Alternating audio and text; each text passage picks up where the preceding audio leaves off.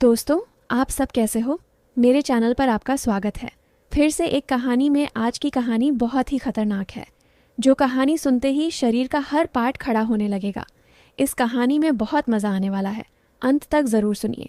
मैंने अपनी dressing table से वह लाल वाली इत्र की शीशी निकाली जो कभी कभार मेरे पति इस्तेमाल करते थे। मेरे पति का नाम विक्रम था। मेरे पति जब यह इत्र लगाते थे, रात में मेरी सांसें तेज़ हो जाती थीं। उनका स्पर्श इतना गर्म था कि मैं सारी रात उनके ख्यालों में डूब जाती थी। एक दिन क्या हुआ, मैं बालकनी में चली गई।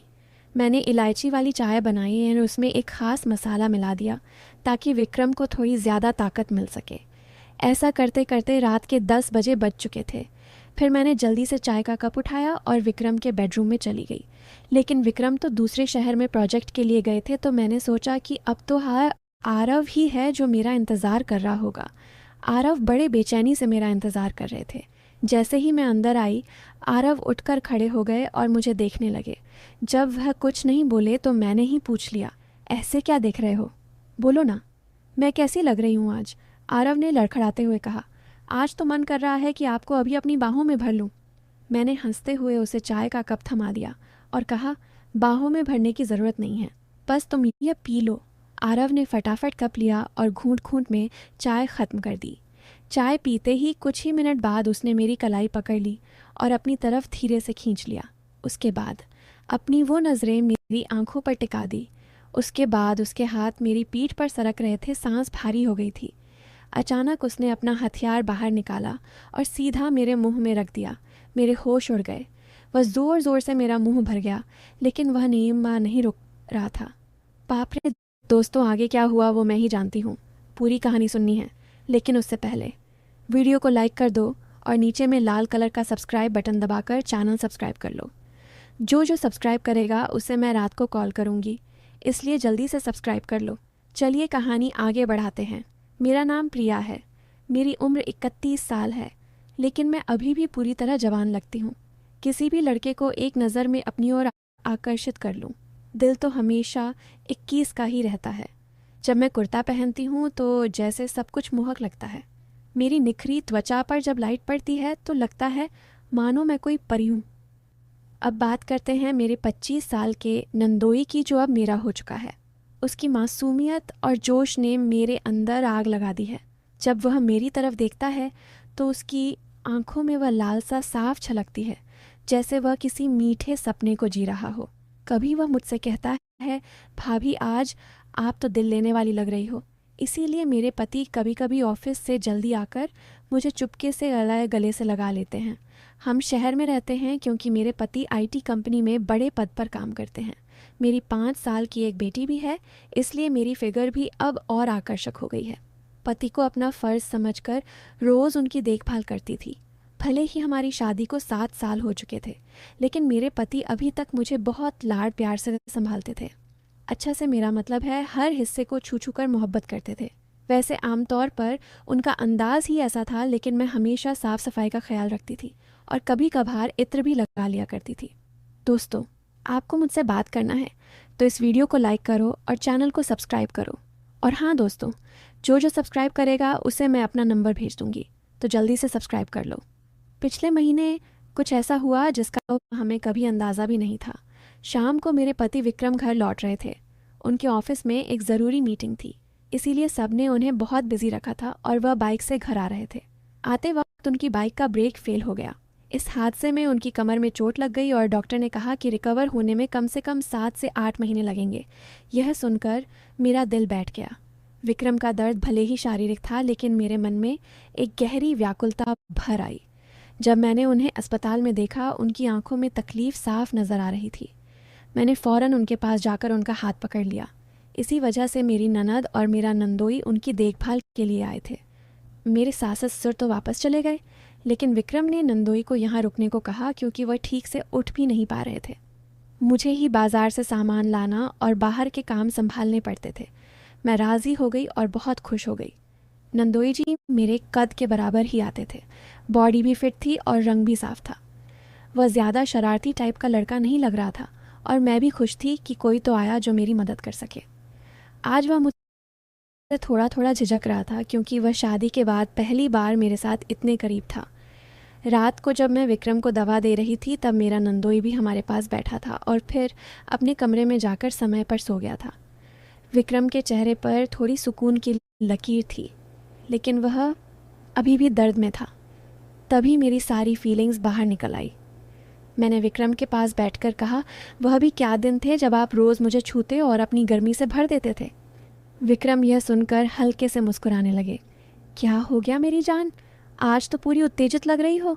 मैंने कहा, नहीं जी, आपको तो मजाक सूझ रहा है और इधर मेरी हालत ख़राब है। सच बताऊं तो इसने मेरा बुरा हाल कर रखा है। मेरे पति बोले, मैं तुम्हारा दर्द समझता हूँ प्रिया, मेरा भी बहुत मन करता है, लेकिन क्या करूँ, मैं तो ठीक से हिल भी नहीं सकता। बस थोड़े दिन और सब्र कर लो, फिर देखना मैं इस तुम्हारे फूल का क्या हाल करता हूँ। तभी मैंने कहा, थोड़े दिन नहीं, पूरे 8 महीने बाकी हैं ठीक होने में, और मेरा तो 1 महीने में ही ये हाल हो गया। पता नहीं आगे के दिन कैसे कटेंगे। मेरे पति मेरी उदासी दूर करने के लिए बोले, चलो वह नहीं तो कम से कम चाय ही पिला दो, डॉक्टर ने भी कहा है। तभी मैंने हंसते हुए कहा, आपके नसीब में तो वह भी नहीं है, क्योंकि आपकी बिटिया ने पी लिया है। हम दोनों ज़ोर ज़ोर से हंसने लगे। मेरे पति मुझे खुश रखने की पूरी कोशिश करते थे, लेकिन मैं क्या करूं, सब बेकार था। थोड़ी देर बाद विक्रम सो गया, क्योंकि उनकी दवाइयों में नींद की गोलियां भी थीं, लेकिन मुझे नींद कहाँ आ रही थी। इसीलिए मैं खड़ी होकर नंदोई जी को देखने चली गई कि वह सोया है या नहीं, लेकिन वह आरव अब भी जाग रहा था और मोबाइल देख रहा था। मैंने उसके कमरे में जाकर कहा, हुआ आरव, 12 बजे बज चुके हैं और तुम अभी तक नहीं सोए, लगता है तुम्हारे मन नहीं लग रहा है। वह उठकर बैठ गया और बोला, नहीं भाभी, ऐसी बात नहीं है, बस यूं ही फ़ोन देखते देर हो गई। फिर उसने पूछा, भाभी आप भी तो नहीं सोई? मैंने कहा, मुझे तो आजकल नींद ही नहीं आती। आरव ने पूछा, क्यों, क्या बात हो गई? मैंने हंसते हुए कहा, नहीं, वो मैं तुम्हें नहीं बता सकती। जब तुम्हारी शादी होगी तो तुम्हें खुद ही पता चल जाएगा। मेरे मुंह से ऐसा सुनते ही आरव ने अपनी नज़रें नीचे कर ली और अंदर ही अंदर मुस्कुराने लगा। तभी मैंने कहा, अरे तुम तो इतनी सी बात पर शर्मा गए। अच्छा बताओ, अभी तक कोई लड़की पसंद की है या नहीं? आरव कुछ नहीं बोला, उसे अभी भी संकोच था। तभी मैंने उसका हाथ पकड़ा और कहा, अरे पागल, अपनी भाभी से इतना मत शर्माओ। वह धीरे से बोला, भाभी सच बताऊं तो ऐसी बातें मैंने अभी तक अपने दोस्तों से भी नहीं की हैं। मैंने कहा, अच्छा तुम मुझे अपना दोस्त ही समझ लो ना, क्योंकि मुझे ऐसी बातें करने में बहुत मज़ा आता है। आरव ने कहा, हाँ भाभी, एक थी, लेकिन उसने मेरे से बातें बंद कर दी हैं। मैंने पूछा, तुमने तो कर दी होगी ना? आरव बोला, नहीं भाभी, सच बताऊं तो मैंने उसे ठीक से छुआ भी नहीं था। मैंने मुंह बनाते हुए कहा, तुम तो बड़े सीधे हो। चलो कोई बात नहीं, अब तुम मेरे पास आ गए हो तो मैं तुम्हें अपना प्यार देकर जवान कर दूंगी। मैं बातें करते करते आरव के कमरे में ही गई थी। सुबह जब मेरी आंखें खुली तो आरव बेड पर बैठा हुआ मुझे ही देख रहा था। मेरे उठते ही आरव ने मुझे गुड मॉर्निंग बोला। जब मैंने पूछा, क्या देख रहे हो, तो वह बोला, भाभी आप सच में बहुत मोहक हो। वह मुस्कुराते हुए बोला, अच्छा तब हम सुबह सुबह आकर्षण का मज़ा ले रहे हो, और रात को तो बड़े शर्मा रहे थे। वो मुस्कुरा के पूछने लगा, भाभी आप बुरा ना मानो तो एक बात पूछ सकता हूँ? मैंने कहा, अरे पागल, मैं क्यों बुरा मानूंगी, पूछो, क्या पूछना है उसने। मुझसे कहने लगा, भाभी सच सच बताना, आप जो 3-3 किलो की ये थैलियाँ लिए घूमती हो, आपको भारी नहीं लगता क्या? उसकी अब बात सुनकर मेरी हंसी छूट गई। इसके बाद आरव मुझसे काफ़ी खुल गया था और अब वह मुझसे ज़्यादा शर्म नहीं करता था। इससे मैं भी बहुत खुश थी, क्योंकि अब मेरा भी समय अच्छे से बीतने लगा था। आरव को आए हुए 18 दिन बीत चुके थे और वह मुझसे काफ़ी खुल मिला गया था। वह बाहर के सारे काम कर देता, बाजार से सामान ले आता और अपने जीजा को भी सहारा देता। मेरी तो बहुत सेवा करने लगा था। शाम को मेरा सिर भी दबा देता और कभी कभी मेरे शरीर को भी आराम देता। लेकिन मेरी चाहत दिनों दिन बढ़ रही थी और मैं मेरे पति की हालत अब भी वैसी ही थी। अब सब कुछ मेरी बर्दाश्त के बाहर हो चुका था। मैंने सोचा कि अब तो आरव ही है जो मेरी मदद कर सकता है। वैसे मेरे मोहल्ले में भी 3 लड़के रहते थे जो कॉलेज जाते थे। वे भी मुझे देखते थे। जब भी मैं छत पर कपड़े सुखाने जाती तो वे मुझे ही देखते, और पहले तो मैंने सोचा कि उनमें से एक को सहारा ले लूं ताकि कुछ दिन काम चल जाए। लेकिन फिर मैंने सोचा कि मैं इस घर की इज्जत हूं और कल को पता नहीं यह मुझे या मेरे पति को बदनाम कर दें। इसीलिए मैंने उन्हें अनदेखा किया। लेकिन आरव तो घर का ही है, इसीलिए मैंने तय कर लिया कि वही मेरी मदद करेगा। आज मैंने पक्का फैसला कर लिया कि आज आरव से काम ले ही लूँगी और अपने सूखे दिल को आरव से ही भरवा लूँगी। उसके बाद मैं किचन में खाना बनाने चली गई। जैसे ही आरव नहाकर ताज़ा होकर किचन में आया, मैंने सब्ज़ी काटने का बहाना बना दिया। मैं किचन में ही कुर्ते का दुपट्टा नीचे करके काम कर रही थी। मेरी बेटी अभी नानी के घर गई हुई थी क्योंकि घर में उसे देखने वाला कोई नहीं था, इसलिए अब बाकी का काम खुद करना पड़ता था और घर में मेरे पति और आरव के अलावा कोई नहीं था, तो मुझे डर भी नहीं था। जैसे ही आरव अंदर आया, वह मुझे देखकर एकदम हैरान हो गया और कहने लगा, सॉरी भाभी, मुझे माफ़ कर दो। मैंने देखा नहीं और बाहर जाने लगा। तभी मैंने उसे रोक लिया। अरे आरव, क्या हुआ? कोई बात नहीं, अंदर आ जाओ। आरव बोला, भाभी ऐसे मैं अंदर कैसे आऊँ? मैं कहा, ऐसे वैसे मत करो और जल्दी से आकर मेरी मदद करो। आरव का मन भी कर रहा था, लेकिन मैं उसकी भाभी थी, इसीलिए वह थोड़ा हिचक रहा था। फिर अब मैंने उसे कहा। धीरे धीरे आरव किचन में आ गया और पास आकर खड़ा हो गया। वह मुझे देखता ही रह गया। तभी मैंने कहा, ऐसे क्या घूर रहे हो? क्या तुमने आज तक नहीं देखा? वह बोला, माँ कसम, भाभी मैं आपको बता नहीं सकता कि मुझे कैसा लग रहा है। बहुत ही कमाल है भाभी। मैंने कहा तारीफ़ें करना छोड़ो और यहाँ मेरी मदद करो। तभी आरव बोला, भाभी मुझे नहीं पता कैसे करना है। तो मैंने कहा, अरे बेवकूफ़, इसमें कुछ नहीं करना, ये लो पकड़ो और बस धीरे धीरे सहलाओ। थोड़ी देर बाद जब आरव के हाथ नरम होने लगे तो मैंने सोचा कि अब मेरा आगे झुककर सही से काम करने का समय है।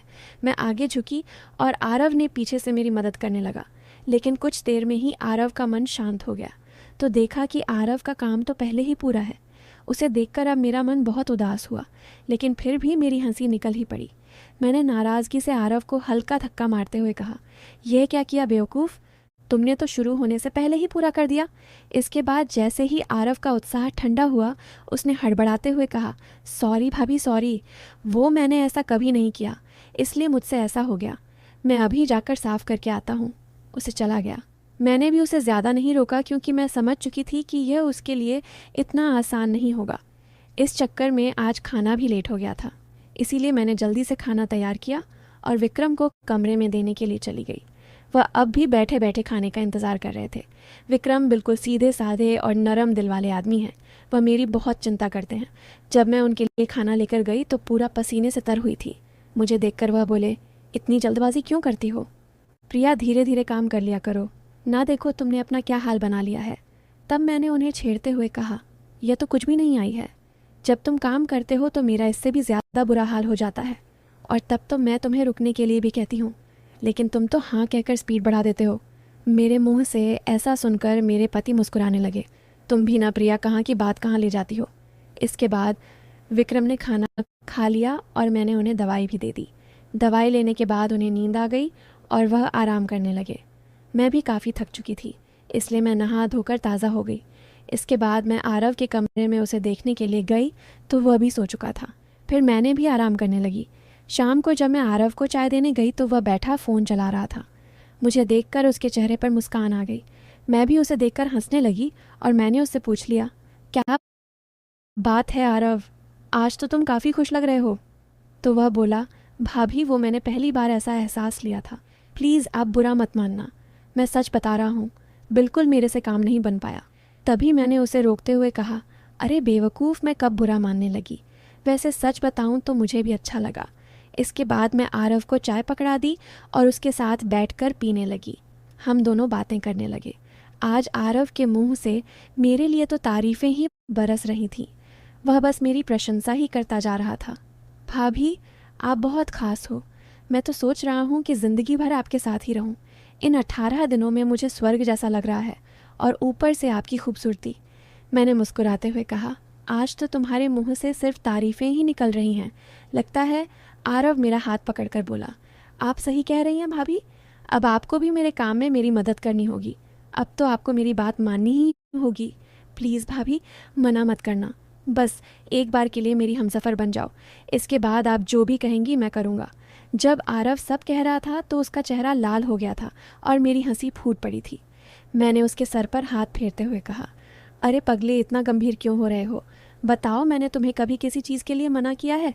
वैसे भी अब तुम्हारे जीजा तो वैसा भी मेरे काम में मेरी मदद नहीं कर पाते हैं, और तुम इतना शर्माओ मत। अगर इतना शर्माओगे तो कैसे चलेगा? चलेगा। इतना कहने के बाद मैं बोली, आगे से अब तुम्हारे साथ ही सोऊंगी, बस तुम मेरा ख्याल अच्छे से रखना। दोस्तों, कैसी लगी आपको रस भरी कहानी? अगर अच्छी लगी हो तो कमेंट में ज़रूर बताएं और साथ ही साथ इस चैनल को भी सब्सक्राइब कर दें ताकि मैं इससे भी और ज़बरदस्त कहानियाँ आपके साथ शेयर कर सकूं। और प्लीज़ लाइक करना नहीं भूलना। आप सब जानो। धन्यवाद। वेट करें इसके आगे